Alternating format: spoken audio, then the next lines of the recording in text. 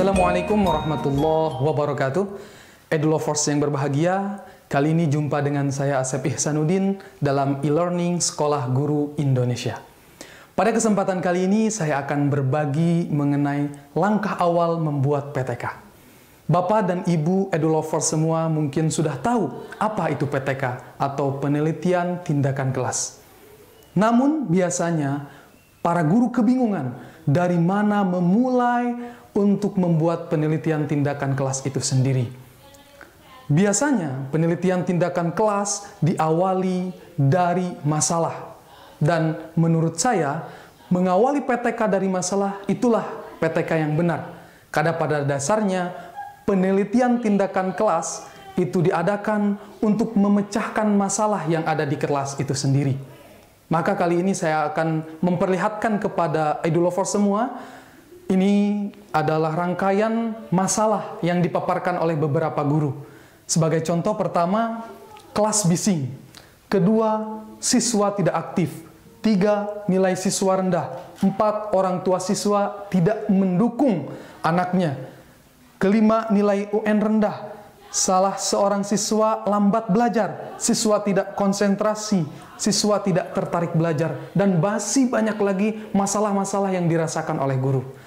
Tapi perlu diketahui bahwa setiap masalah yang ada di sekolah, di kelas, belum tentu itu bisa diselesaikan melalui PTK atau penelitian tindakan kelas.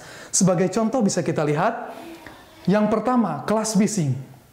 Kelas bising dalam artian di kelas ini banyak kebisingan-kebisingan yang terjadi, baik itu dari kebisingan lalu lintas, rel kereta, pabrik, dan sebagainya. Maka, kalau kita identifikasi kebisingan di kelas, ini tidak mungkin diselesaikan oleh PTK. Karena guru tidak mampu untuk melakukan itu semua. Yang kedua, siswa tidak aktif. Menurut Edulovers bagaimana? Siswa tidak aktif, apakah bisa diselesaikan melalui penelitian tindakan kelas? Ya, bisa diselesaikan. Kemudian nilai siswa rendah. Ini yang banyak menjadi masalah, terutama terkait materi-materi yang sulit untuk diselesaikan. Ya, bisa. Selanjutnya, orang tua siswa tidak mendukung anaknya. Apakah masalah ini bisa diselesaikan PTK? Coba kita perhatikan. Ketika ada anak yang tidak didukung sepenuhnya dalam proses belajar mengajar oleh orang tuanya, seperti mengerjakan PR dan lain sebagainya, saya pikir ini tidak bisa diselesaikan melalui PTK. Jadi ini di luar kemampuan guru untuk menyelesaikannya melalui penelitian tindakan kelas. Selanjutnya, nilai UN rendah. Ini juga merupakan masalah yang terlalu kompleks untuk diselesaikan melalui penelitian tindakan kelas. Selanjutnya, salah seorang siswa lambat belajar.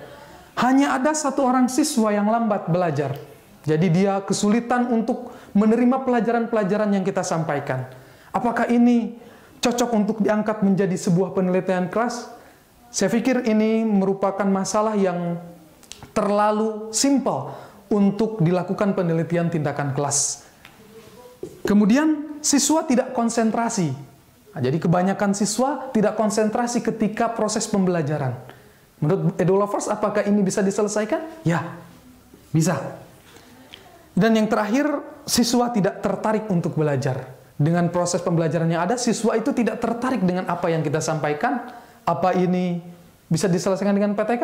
Ya, bisa. Nah, setelah kita mengetahui masalah mana yang bisa diselesaikan dengan PTK dan masalah mana yang tidak bisa diselesaikan PTK, berikutnya saya akan mengajak Edulovers untuk mengidentifikasi masalah, merasakan masalah lebih jauh, yang lebih spesifik lagi. Karena pada dasarnya, kunci dari penelitian tindakan kelas adalah refleksi atau guru merasakan sendiri dengan jujur, dengan benar masalah apa yang dirasakan di kelasnya. Baik, saya akan memperlihatkan beberapa masalah yang pernah saya temui di siswa saya ketika saya mengajar matematika di sekolah dasar kelas 4.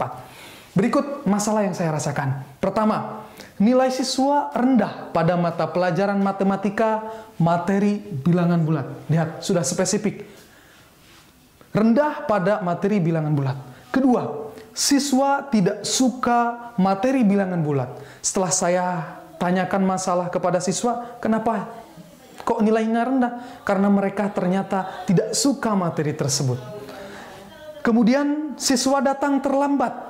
Nah, jadi ketika pembelajaran bilangan bulat ini, ada beberapa siswa yang datang terlambat. Tidak ada siswa yang bertanya. Metode monoton. Kita lihat dari awal kembali. Nilai siswa rendah. Kenapa selaku guru saya bertanya, kenapa ini bisa terjadi? Maka kita analisis masalah ini. Apa sesungguhnya masalah ini, kenapa bisa terjadi? Tidak suka materi, datang terlambat. Nah, ada dua pertanyaan. Yang pertama, apakah berawal dari metode yang kita sampaikan? Apakah kenapa tidak suka karena metodenya?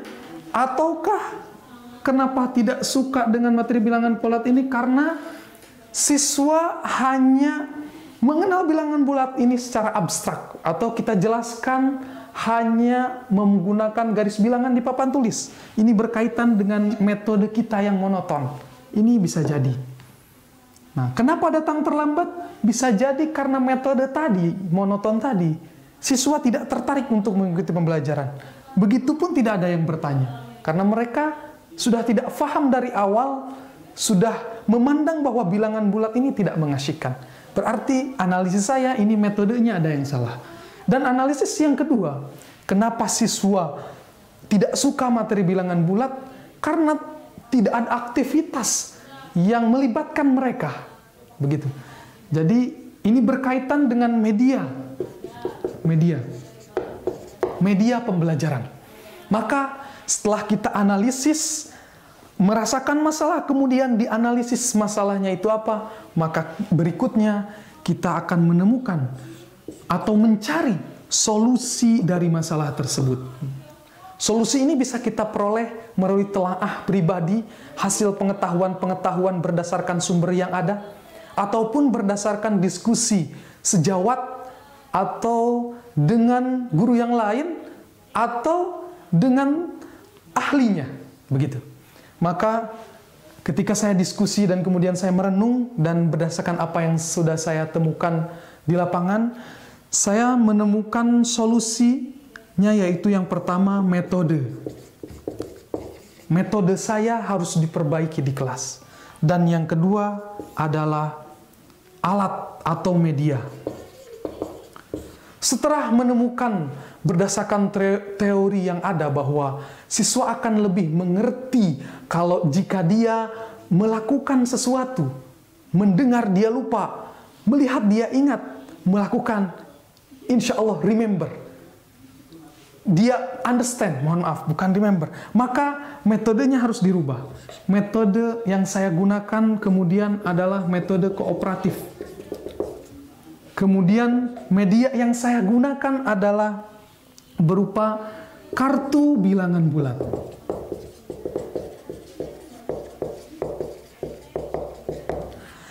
Dari hasil masalah kemudian dianalisis dan kemudian diperoleh solusi berdasarkan diskusi, kemudian telaah pribadi, maka kita bisa membuat sebuah judul PTK. Mari kita sama-sama buat dari sini. Yang menjadi variabel X adalah, saya misalkan solusinya adalah variabel X, kemudian masalahnya, masalah ini semua, saya rangkum masalahnya menjadi dua. Yang pertama, berkaitan dengan sikap siswa. Sikap. Dan berkaitan dengan hasil belajar. Berkaitan dengan hasil belajar. Ini yang berkaitan dengan siswa. Maka, bagaimana saya bisa meningkatkan? Karena PTK itu berkaitan dengan bagaimana EduLovers meningkatkan kualitas yang ingin kita tingkatkan dari masalah yang ada. Misalkan ini, hasil belajar. Maka bagaimana meningkatkan hasil belajar siswa? Dan bagaimana meningkatkan sikap siswa yang tadinya tidak suka, terlambat, dan sebagainya, bagaimana bisa mempunyai respon positif atau suka. Setelah masalah tadi kita identifikasi dan kemudian analisis, hasil refleksi kita dan hasil kolaborasi dengan teman sejawat ataupun dengan profesional, dosen dan sebagainya, maka tadi kita peroleh bahwa masalah yang terjadi pada materi bilangan bulat di pelajaran matematika itu adalah hasil belajar siswa yang rendah dan ternyata sikap siswa yang negatif terhadap pembelajaran yang kita bawakan. Maka ini saya namai dengan variabel X. Selanjutnya, dari masalah tersebut dengan proses refleksi berdasarkan pengetahuan yang kita punya dari berbagai buku atau sumber dan juga berdasarkan bertanya atau diskusi dengan teman sejawat dan profesional atau ahli, maka saya menemukan ada metode untuk meningkatkan hasil belajar pada bilangan bulat itu dengan menggunakan metode kooperatif. Misalkan metode kooperatif ini saya ambil metode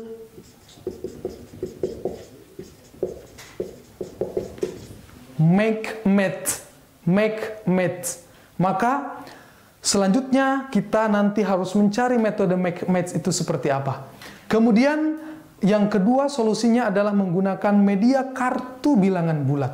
Nah, solusi ini saya sebut sebagai variabel Y.